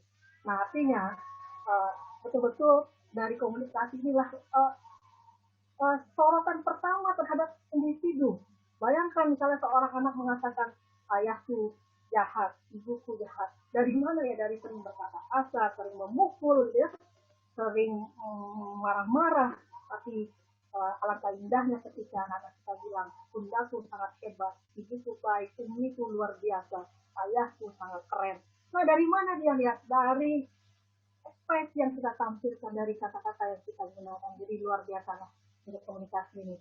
Dan kita bisa pahami juga Bapak Ibu semua, kata-kata itu ibarat aki gitu ya. Ya, kalau ketika kita mengucapkan atau kata-kata yang tidak baik itu akan membekas dan akan teringat selalu. Nah, itu kita punya pengalaman lah tentang itu. Dari kecil mungkin ada sesuatu yang kurang kita terima dan sampai hari ini kita bisa terima. Kita ingat terus gitu. Nah, sebetulnya apa komunikasi itu ayah bunda semua? Ya itu sangat sederhana sebetulnya. Verbal dan non-verbal itu bagaimana ini diimplementasikan dalam kehidupan kita, termasuk dalam keluarga kita.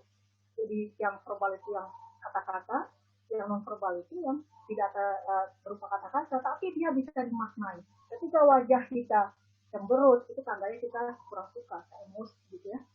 Ketika mata kita menunjukkan menghina orang itu akan nampak ya. Jadi ya itu aja komunikasi itu, tapi dia paling berbahaya juga.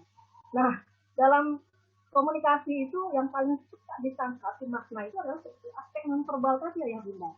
Jadi yang non-verbalnya, bukan kata-katanya. Kata-kata itu hanya 7% melengkapi saja. Nah, ketika kita dengan ekspresi wajah yang sangat baik, kata-kata yang seluruh tubuh kita ini menunjukkan sikap yang baik misalnya, itu orang sudah paham aja gitu ya, udah paham. Nah, kata-kata itu tinggal melengkapi saja. Ini hasil riset Bapak Ayah Bunda semua. Nah, dan kita terjadi gitu dalam kehidupan sehari-hari kita sebetulnya. Nah, ya kalau kata-kata itu mengikuti saja gitu. Tapi kalau kita sudah lihat orang sudah nggak respect sama kita ya kita juga sudah bisa memahami komunikasi terhenti. Gitu. Nah, kalau begitu apa yang mesti kita lakukan semua ya Bunda? Ya untuk supaya ilmu Allah yang diberikan oleh kepada makhluk semua ini harus kita maksimalkan dengan baik. Yang mengajarkan manusia berbicara tadi ya. Jadi teori secara umum gitu ya, makro dimanapun kita berada, kita bisa berinteraksi dengan orang lain, apalagi termasuk dengan anggota keluarga kita. Ya kita harus respect, menghargai. Ya apapun kurikulum yang kita buat atau kita gagas dalam keluarga kita tidak respect terhadap anak ya, dan itu tidak maksimal gitu. Kita berempati ya. Kalau anak kecil dalam belajar, saya selalu kalau ketika saya diminta berbagi dengan guru-guru, saya minta dia mengucapkan A, B, C, D, E, F, G. Coba diturunkan P, F, D, C, D, A. Kan saya bakal lengkap elang semua gitu ya. Gak jelas. Tapi kalau do, re, mi, fa, sol, la, si, do, itu gampang. Do, si, la, sol, fa, mi, re, do. Ya karena mereka sudah belajar. Tapi kalau yang tadi itu kan nggak pernah dipelajari, begitu empati yang kita bangun. Ya kalau anak-anak ada salah itu biasa. Yang paling penting adalah humble, jadi santun gitu ya Bapak Ibu. Nah, Al-Quran telah mengguidance kita umat muslim gitu ya, umat semua karena umat manusia adalah umat Allah gitu ya. Ada guidance sebetulnya yang ketika manusia diajarkan berbicara, berkomunikasi, Allah juga akan memberikan guidance-nya. Kalau kita baca di dalam Quran itu banyak sekali. Kita dituntut untuk menggunakan perkataan yang benar. Qaulan sadida ya, qaulan balina, kata-kata yang membekas di hati. Bayangkan kalau kita kasar gitu ya, gimana membekas, yang ada membekas negatifnya gitu. Kemudian kata-kata yang baik, makrufa ya, dan ucapan yang mulia, karimah. Jadi ada level yang paling tertinggi itu ucapan yang mulia, yang diucapkan kepada orang tua. Nah, bagaimana anak bisa mengucapkan ucapan yang mulia ke orang tuanya sendiri? Tidak mencontohkan ucapan-ucapan yang mulia itu. Nah, ini yang sejalan dengan apa yang disampaikan oleh Bu Elisa tadi itu ya, ada hukum tauhid yang kita bangun di rumah tangga kita. Ucapan yang lemah lembut dan ucapan yang mudah dipahami. Jadi sebenarnya guidance sudah ada, tinggal tidak semua kita bisa memaksimalkan itu. Nah, ada beberapa hal yang saya rangkum di beberapa tulisan di buku saya. Ini hasil kajian juga Pak yang Bunda semua. Ternyata dari level anak usia dini sampai perguruan tinggi, mereka juga senang dipanggil dengan panggilan yang menyenangkan. Saya beberapa kali itu melakukan survei terhadap mahasiswa saya lihat kalau dipanggil itu dia senang dipanggil apa? Ternyata dipanggil Ananda. Nggak senang dipanggil kamu, Anda gitu. Ananda, ya akhirnya saya ya karena mereka ini saya panggil Anda semua, kita mulai perkuliahannya gitu ya. Nah, dengan anak kita sendiri juga kita panggil yang menyenangkan sebagaimana Nabi mencontohkan gitu ya. Nah, ya saya nggak tahu, orang tua saya nggak berpendidikan tinggi, tapi ketika beliau memanggil saya Nak, itu luar biasa dinginnya kepala saya mendengarkannya gitu. Kemudian kalau dia tidak manggil Nak berarti dia marah, sudah ada simbol itu. Kalau panggil nama dia marah berarti. Tapi kalau dia tidak marah, Nak dipanggil. Dan saya selalu mencontohkan kepada anak saya. Jadi Nak itu adalah panggilan yang sebetulnya menyejukkan. Guru-guru sebenarnya juga nggak apa-apa manggil Nak untuk di level PAUD sampai SD gitu ya. Kemudian Nak pintar, sayang, abang, adik. Jangan kita misalnya si Kese, si hitam, karena mungkin dia hitam gitu ya. Ya sebenarnya jok-jok kita, tapi sebetulnya ya itu akan berbeda ketika panggil dengan panggilan yang menyenangkan. Kemudian jangan bedakan anak laki-laki dan perempuan dan perbanyak aspek non-verbal. Apa itu aspek non-verbal itu sangat murah harganya Bapak Ibu. Menyentuh anak 3 kali sehari, kepalanya, membelainya, memeluknya, wajah bersih, senyuman yang hangat, itu sangat murah sekali dibandingkan kita kasih mereka 50.000 gitu ya. Perbanyak good level dan tidak berkata kasar, ini sangat harus kita hindarkan. Dan selalu budayakan 3 kata ajaib yang sangat efeknya luar biasa. Maaf ya Nak ya, tolong Nak, terima kasih sudah membantu, atau terima kasih ya sudah mengambilkan minum. Itu selalu kita budayakan di dalam rumah tangga kita. Nah, ini sekedar ini aja, berbagi aja Bapak Ibu. Kadang kita ingin merubah perilaku anak kita, tapi kita selalu ya kamu tuh begini ya Nak ya, harus begini, harus begitu, itu sudah biasa Bapak Ibu. Ada strategi lain yang sangat luar biasa yang bisa menyentuh aspek psikologis anak. Jadi dekatkan dia dengan keinginan kita. Jadi ibu senang, ibu suka, ibu doakan ya Nak ya. Oh, benar senang. Ketika anak-anak saya waktu itu dia SD-nya prestasinya biasa-biasa saja, tapi saya bilang gini, wah nggak apa-apa Nak, tapi benar berharap ya kalau udah SMP nanti benar senang mendengar ada pengumuman dari guru, wah sang juaranya siapa gitu. Alhamdulillah bunda-bunda semua itu mungkin salah satu yang motivasi, ya sebenarnya motivasi itu ada di setiap orang. Ya, mereka berusaha mewujudkan itu. Alhamdulillah mereka mempersembahkan juara-juara itu ketika mereka sudah SMP gitu ya. Nah, karena apa Bapak Ibu, ini psikolog nanti ini saya atau narasumber kita sangat paham betul terhadap itu. Nah memang anak-anak itu percaya apa yang kita katakan gitu. Kalau anak-anak itu kita memberikan harapan-harapan positif, ya mereka akan melakukan seperti itu, yang dia harapkan. Nah ini kadang kita selalu fokus kepada anak gitu. Sementara di rumah tangga itu ada pasangan kita, ada orang tua, ada keluarga besar kita. Nah dalam berkomunikasi juga tidak hanya kita santun atau baik atau bicara baik pada anak kita, tapi juga dengan pasangan kita, yaitu siapa itu ya, suami atau istri. Ya ini juga menjadi ini juga dorongan ataupun buat saya sendiri. Ya kita juga harus membiasakan untuk mengatakan, menunjukkan cinta setiap hari. Nanti Pak Bakar luar biasa, nanti bisa berbagi sama kita, kemudian jadi sahabat. Jadi berbeda gitu ya Bapak Ibu, suami istri yang orang seperti sahabat dengan suami istri yang betul suami istri gitu. Sahabat itu enak dilihatnya ketika mereka pergi, ketika mereka berada di suatu situasi. Nah sama ketika kita memanggil anak-anak kita dengan panggilan yang menantang, dengan pasangan kita juga kita panggil dengan yang mereka sukai. Seperti Nabi itu mencontohkan memanggil istrinya dengan muka yang Umairah gitu ya. Teruslah jangan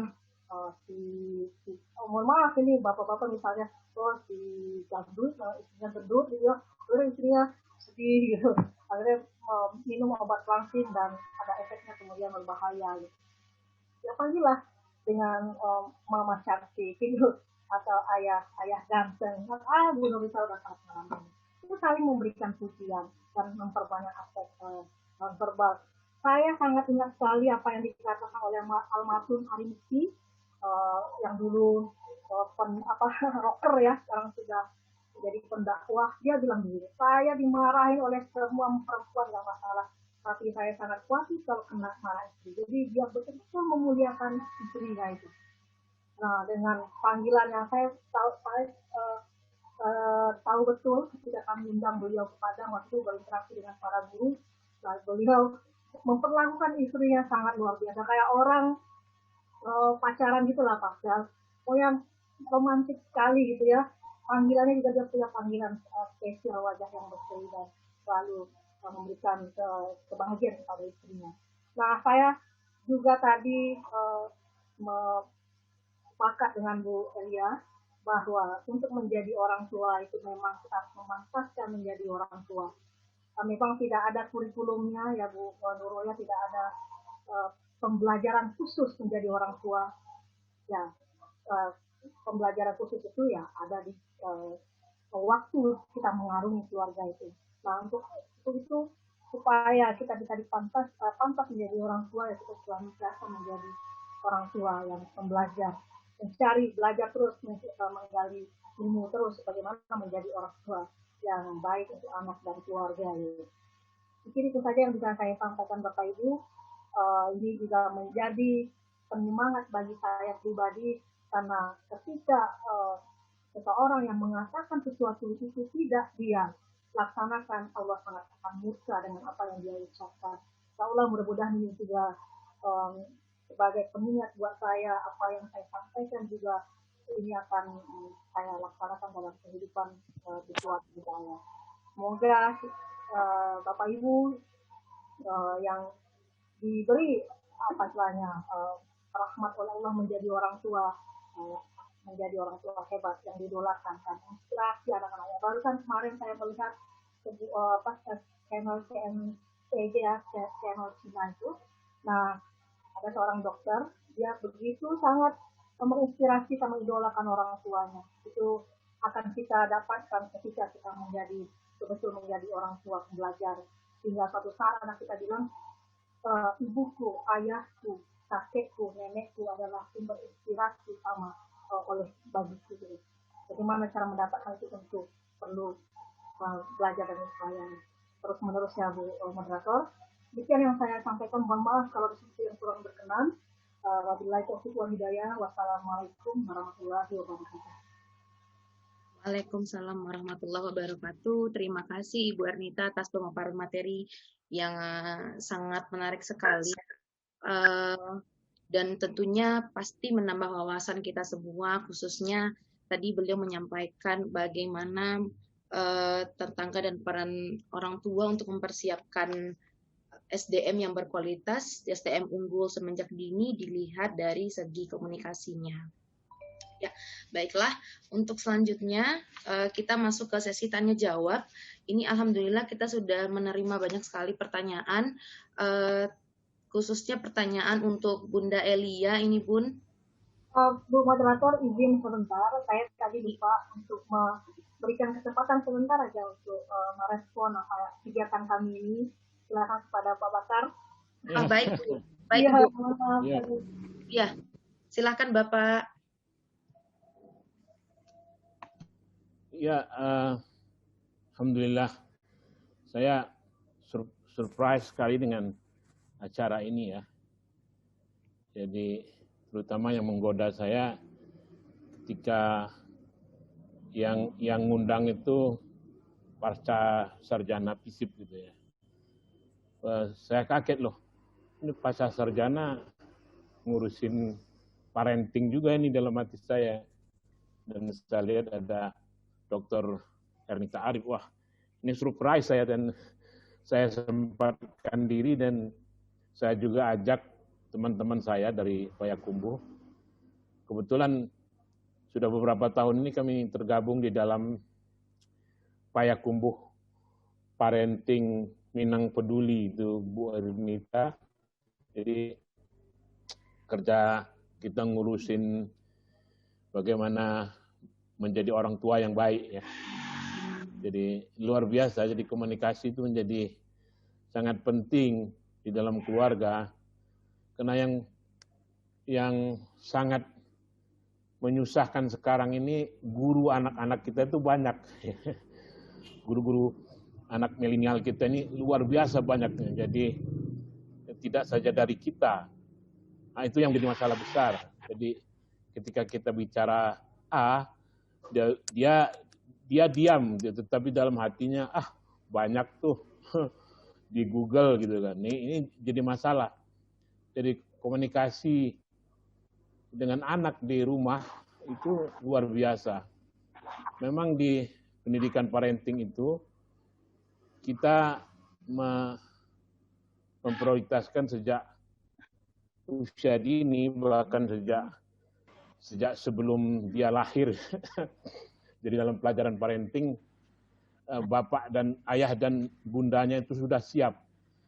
Kalau ayah dan bundanya tidak siap, dia tidak akan melahirkan generasi penerus yang baik.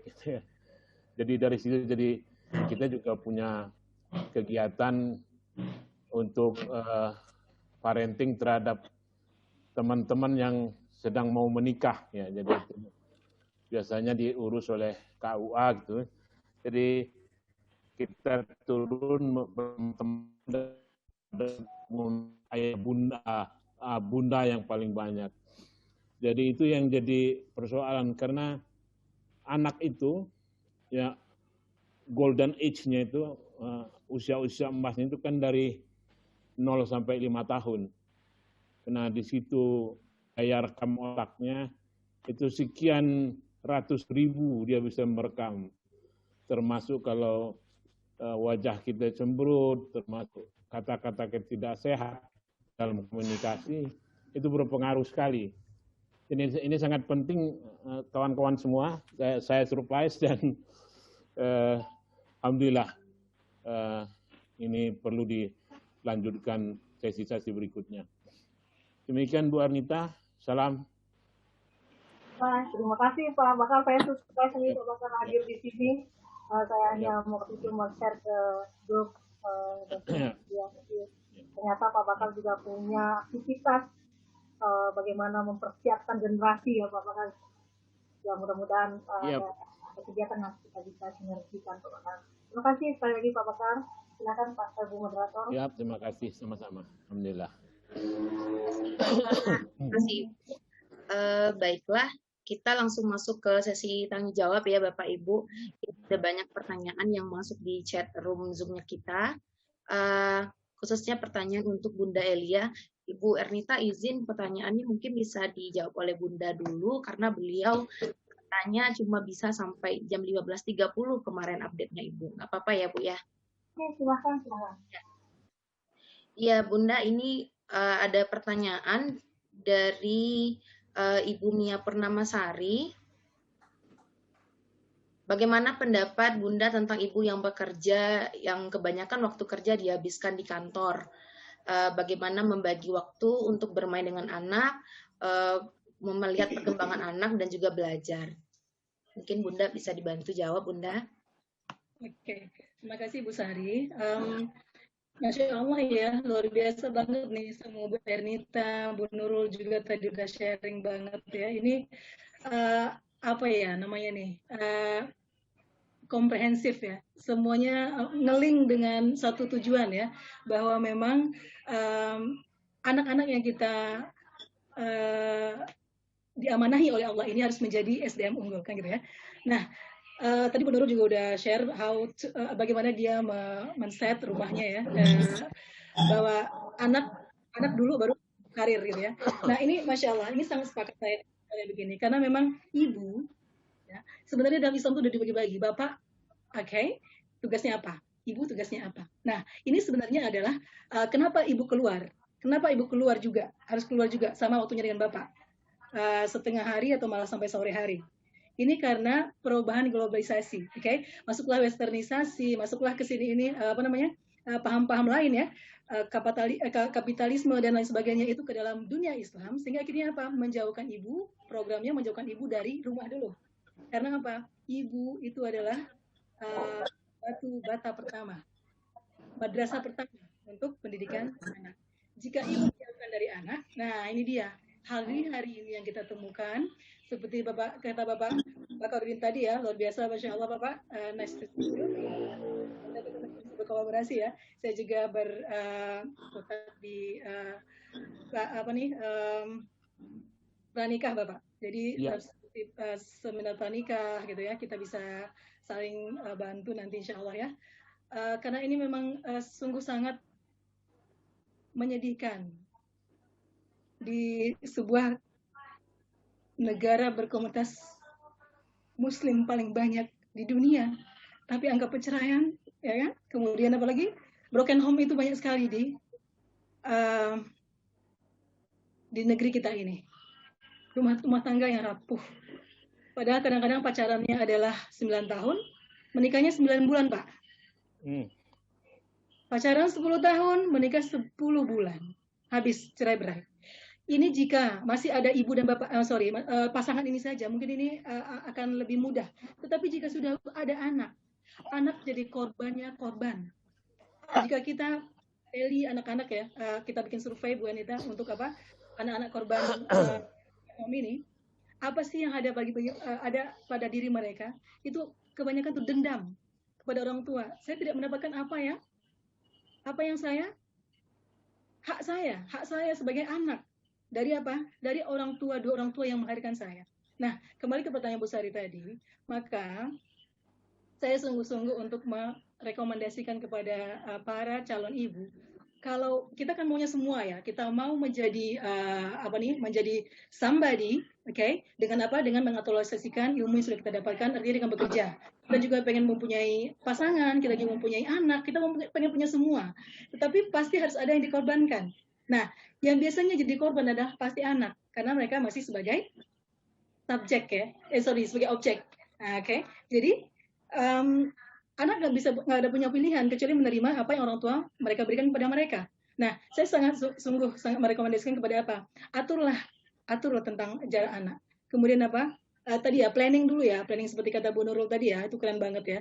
Planning lah, matanglah untuk desain our goal of life gitu ya. Kita harus mempunyai tujuan. Keluarga yang nggak mempunyai tujuan itu sama dengan kapal terbang tinggi tapi entar nggak tahu landing di mana, gitu ya. Nah ini harus benar-benar dari mana? Dari pranikah itu tadi dulu. Set dulu seorang ibu, calon ibu, calon bapak. What are we going to do with our apa planning kita? Nah kalau tujuan, sebenarnya semua keluarga pasti ingin menjadi keluarga surgawi, bukan? Surga dunia, surga akhirat. Makanya baiti jannati. Setelah baiti jannati, maka kita akan mendapatkan nanti apa? Surga sesungguhnya. Tempat kita landing bersama.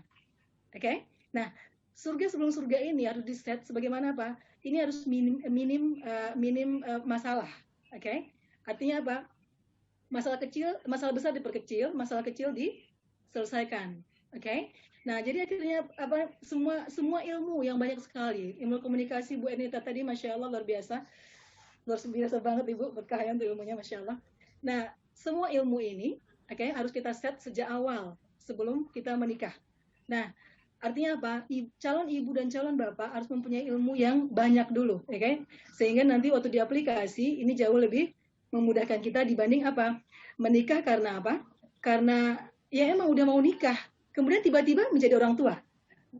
Malah banyak pasangan yang bapak siap menjadi istri, siap menjadi ibu, tetapi tidak siap menjadi orang tua. Kadang bapak datang bareng first night itu sudah langsung membuahkan. Gubrak tiba-tiba 9 bulan udah menjadi ibu, udah menjadi bapak. Gue nggak tahu dia mau diapain. Bukunya Tarbiyatul Aulad, Seri Pendidikan Anak, bagaimana Rasulullah SAW mendidik anak, itu belum pernah dibaca. Tiba-tiba udah menjadi ibu, tiba-tiba udah menjadi ayah, tanpa ilmu yang memadai. Nah ini dia, konflik antar orang tua, kemudian berimbas kepada konflik kepada anak, yang terjadi jika apa? Jika peran masing-masing nggak duduk perkara. Nah, jadi untuk ibu, kembali ke Bu Sari tadi, saran saya adalah besarkanlah anak dulu.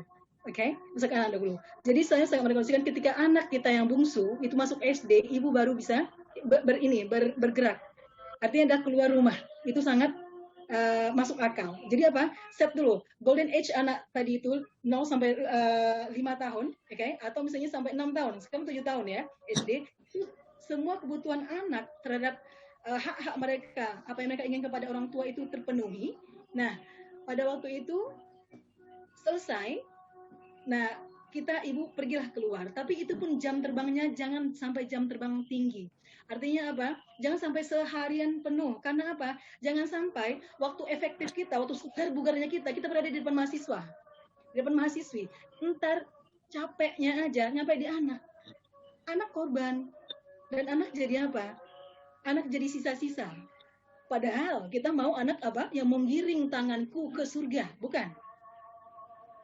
Cita-cita kita setinggi langit dan bumi untuk anak kita. Jadi aset, ya. Jadi inventaris kita dunia dan akhirat. Tetapi anak dapat sisa, cocok nggak?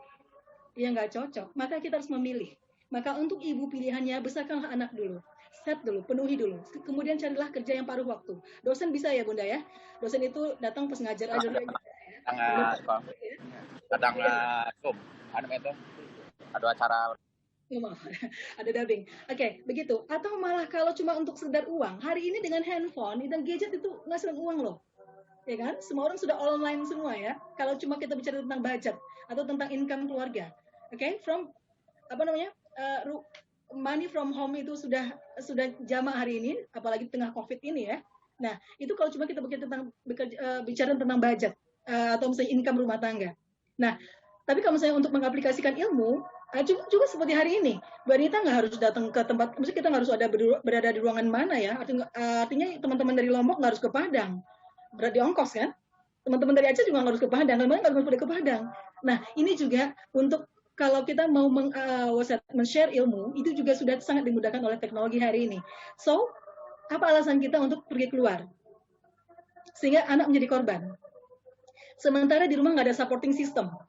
Nggak ada ibu, tapi janganlah ibu ya. Ibu jangan pernah dibebani lagi dengan cucu. Biarlah ibu beribadah aja, mengerjakan apa-apa yang mereka ingin sukai. Oke? Nah, mendekatkan diri pada Allah. Jangan lagi rampas kesempatan ibu untuk pergi ke masjid. Gara-gara apa? Ada cucu di rumah. This not fair. Ini sama sekali nggak adil, nggak boleh. Oke? Nah, siapa yang punya anak, itu yang bertanggung jawab. Duduk perkara dulu ini. Nah, ibu segmennya memang di rumah, tapi share sama suami. Artinya adalah tujuan tadi, kemudian apa? Pahami fungsi, pahami peran, oke? Kemudian apa? Set itu. Semuanya jika dikomunikasikan dengan suami, kayak dengan keluarga besar, insya Allah pasti ada jalan yang terbaik. Nah, pilihan terbaik adalah semua harus harmoni, oke? Demikian untuk Bu Sari, terima kasih. Ya, silakan Bu Rama, kembali ke Rama ya. Terima kasih Bunda. Mudah-mudahan pertanyaan dari Ibu Mia Purnamasari sudah terjawab ya Bu Mia ya. Untuk yang selanjutnya ini saya coba rangkum dari beberapa pertanyaan yang masuk juga Bunda.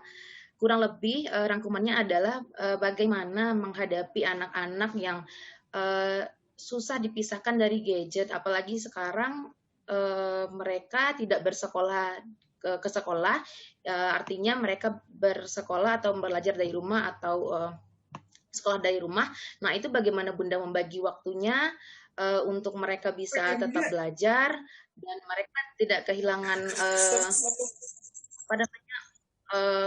permainannya seperti itu, waktunya untuk bermain. Oke. Untuk gadget ya, gadget ini memang perlu ada aturan main dari rumah. Jadi benda itu ke dalam rumah kita untuk apa? Membantu kita, bukan? Membantu. Kita adakan barang itu untuk membantu. Membantu saja. Bukan mengambil seluruhnya. Dan gadget bisa mengambil kita.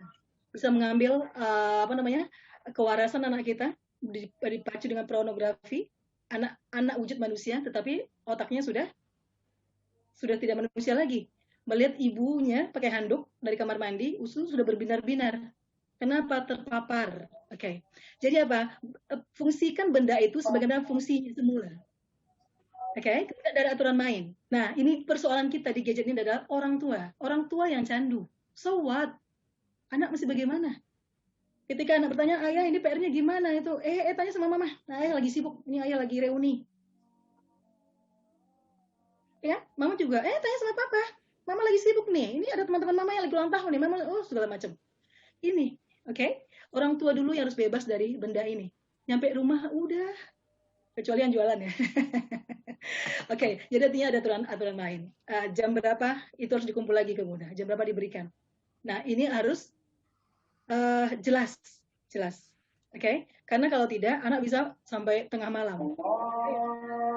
Ada yang apa? Ada yang orang tua yang bapak naik ke lantai 2, lihat anak jam 2 malam masih main game, anak nerjang bapak, bapak nerjang anak nerjang bapak. Ini gadget. Ya, anak kita nggak ini apa namanya? Kalau udah kecanduan itu udah sama narkolema ya, narkoba lewat mata. Banyak sekali hal-hal yang sungguh-sungguh merusak untuk anak kita. Jadi harus ada aturan main. Jadi jam berapa dikasihkan ketika PR itu, kemudian jam berapa diambil. Oke? Nah, jadi tidak selamanya, tidak 24 jam mereka mempunyai hak atas benda itu. Oke? Nah, ini harus ada aturan yang sangat jelas dan harus ada konsekuensi. Dan orang tua jangan lemah. Ketika orang tua lemah, udah anak pokoknya anak ngambek, ya, anak segala macam. Orang tua, udah daripada ribut, udah kasih. Oh, no. Mereka ngukur kita. Oke? Nah, jika aturan ini kita buat longgar sekali, udah nanti bisa kebablasan. Nah, artinya adalah bahwa sama-sama konsekuen, ya. Ayah ibu dulu di rumah. Jam berapa no gadget. Oke? Nah, sehingga kenapa anak-anak kumpulin. Nah, rumah wifi hati-hati. Jangan sampai wifi ini kita bayar per bulan, tapi mereka malah menjadi mesin pemusnah bagi anak kita. Nah, jadi artinya aturan main harus jelas dan kerjakanlah itu. Sepakati itu, kerjakan. Oke, begitu Bu Rama? Baik Bunda Elia, terima kasih banyak jawabannya Bunda. Mungkin kita juga bisa minta tanggapan dan jawaban dari Ibu Ernita terkait pertanyaan tadi, Bu. Mungkin bisa memberikan tanggapan, Bu, mengenai gadget ini, Bu. Iya, betul. Tadi Ibu Elia sudah menjelaskan begitu detail gitu ya. Saya memang sepakat bahwa ini kan kemajuan teknologi. Artinya teknologi itu fungsinya sebetulnya mempermudah, mendekatkan, efisienkan. Bayangkan kalau tidak ada teknologi internet, tidak ada yang seperti yang kita alami saat ini, ya kita tidak begitu mudah sampai detik ini pun kita menikmati kemajuan teknologi ini. Kita bisa berinteraksi meskipun kita di rumah. Gitu. Jadi satu sisi teknologi itu kami di komunikasi gitu yang melihat ya teknologi ya selalu punya orientasi kebermanfaatan gitu. Nah, tinggal bagaimana dia bisa dikelola dengan baik. Saya sepakat dengan apa yang disampaikan Bu Elia, dan beberapa waktu yang lalu saya juga ketika berbicara di forum orang tua juga ditanya hal yang sama. Jadi ya saya hanya berbicara pengalaman saya ketika kita punya kesepakatan dan berbicara dari hati ke hati dengan anak-anak di rumah. Jadi ya betul kita harus ada. Tidak bisa juga gadget ini kita hilangkan, jangan. Nah, anak-anak kalau dibilang jangan itu dia tambah penasaran. Ini ada teman saya nanti Yanti dari Aceh, justru dia memberikan anak-anak itu gadget untuk mempermudah ya proses belajar, kemudian untuk knowledge, karena informasi sekarang sangat banyak sekali di gadget itu, kita harus maksimalkan sebaik mungkin. Banyak orang tua yang terbantu dengan kecanggihan teknologi komunikasi internet ini gitu ya. Kita pun jadi hebat, anak-anak kita hebat. Kita dari informasi dari internet ini. Nah, tinggal bagaimana kita di dalam rumah tangga itu betul tadi ada kesepakatan, ada keterbukaan dengan anggota keluarga kita.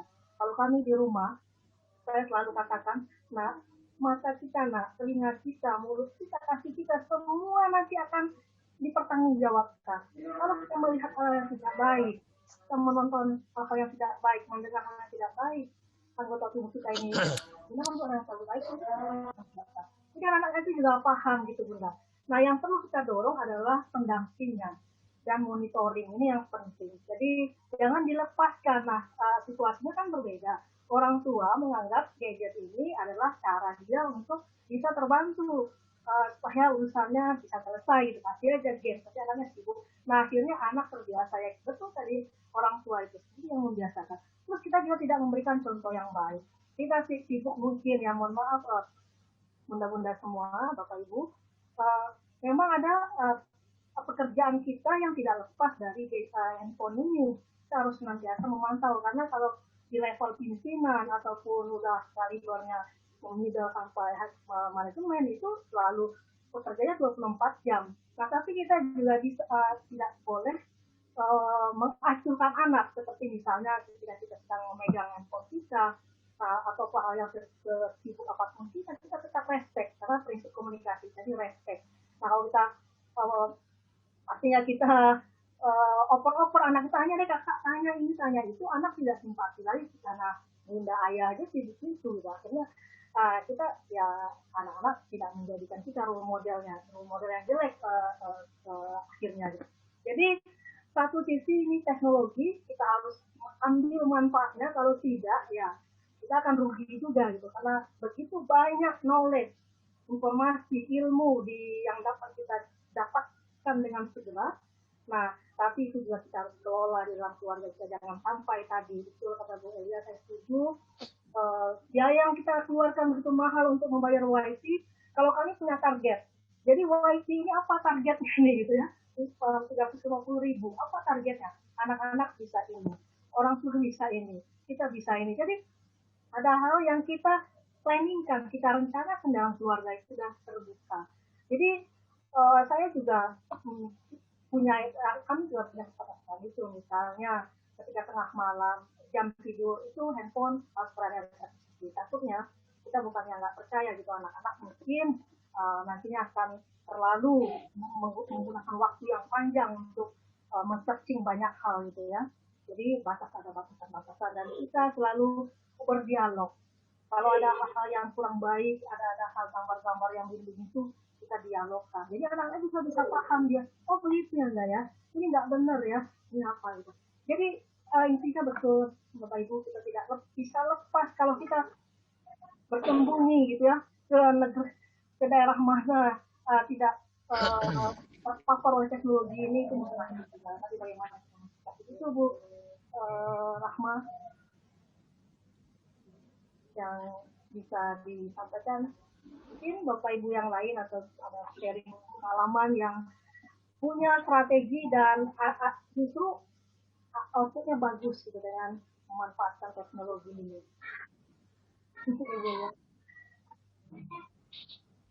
Ada monitoring, ada pendampingan, ada komunikasi yang intens, ada kesepakatan, ada kedekatan. Itu kuncinya Bu moderator.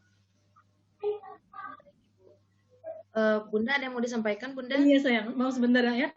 Ibu-ibu dan bapak-bapak semua panitia, juga Bu Anita, mohon pamit, mohon maaf, ada kerja berikutnya.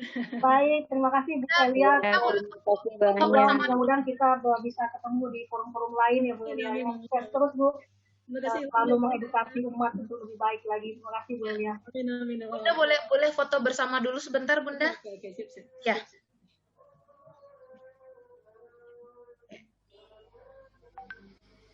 Boleh teman-teman dinyalain kameranya ya, biar semuanya masuk foto bersama.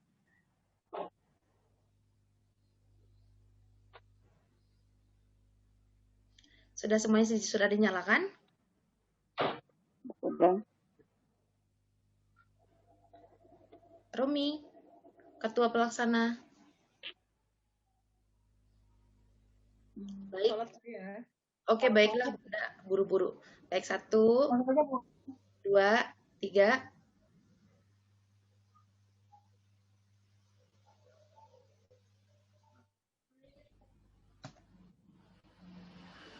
Mohon maaf bentar. Aduh.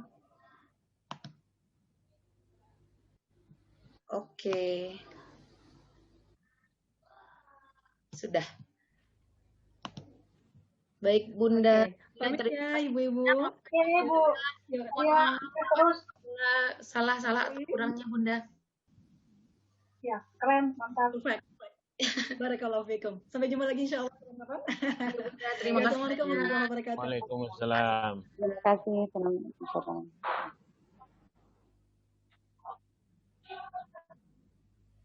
Baiklah, kita juga karena keterbatasan waktu, sudah jam 3:30 dan sholat asar juga sudah masuk. Mungkin itu saja untuk hari ini. Mohon maaf sekali teman-teman peserta webinar, Bapak Ibu, pertanyaannya sangat banyak dan sebenarnya materi yang disampaikan juga sangat menarik ya, tapi waktu juga yang memisahkan kita seperti itu. Mohon maaf sekali tidak semua pertanyaan dapat kami jawab. Kami sangat menghargai antusiasme dari Bapak Ibu yang begitu besar terhadap acara webinar kita pada hari ini. Memang materinya sangat menarik dan sangat relatable untuk kita semua.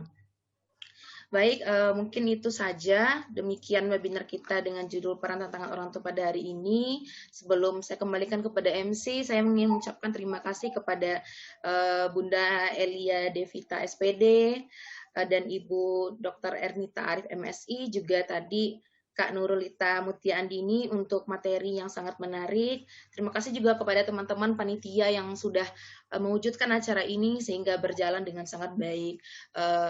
Kemudian juga terima kasih kepada Bapak Ibu dan webinar pada semoga itu kita dapat hari ini bermanfaat bagi kita semua. Saya sebagai moderator mohon maaf atas segala kesalahan dalam berkata. Wabillahi taufiq wal hidayah. Assalamualaikum warahmatullahi wabarakatuh. Saya kembalikan kepada MC. Waalaikumsalam warahmatullahi wabarakatuh. Hadirin Bapak Ibu yang berbahagia, alhamdulillah rangkaian sesi diskusi kita pada hari ini sudah terlaksana dengan baik. Kami ucapkan terima kasih kepada narasumber kita pada pagi hari ini, Ibu Dr. Rita Arif SSI selaku Akademis of Koordinator Program Magister Ilmu Komunikasi Universitas Andalas. Selanjutnya kepada Ibu narasumber kita, Ibu Elia Devita SPD selaku Praktisi Pendidikan. Dan narasumber kita yang kedua, Ibu Nurul Anida sebagai mahasiswa S2 Program Magister Komunikasi Ilmu Andalas. Dan sangat antusias beribu ucapan terima kasih kepada para audien kita kesempatan hari ini. Akhir kata, saya Nadia Adela pamit undur diri. Terlebih dan kurang saya mohon maaf. Wabillahi taufiq wal hidayah. Wassalamualaikum warahmatullahi wabarakatuh. Waalaikumsalam warahmatullahi wabarakatuh. Coba panitia segera share materinya ya sebelum kita keluar semua. Silakan di-share Pak Romi materi dari para narasumber.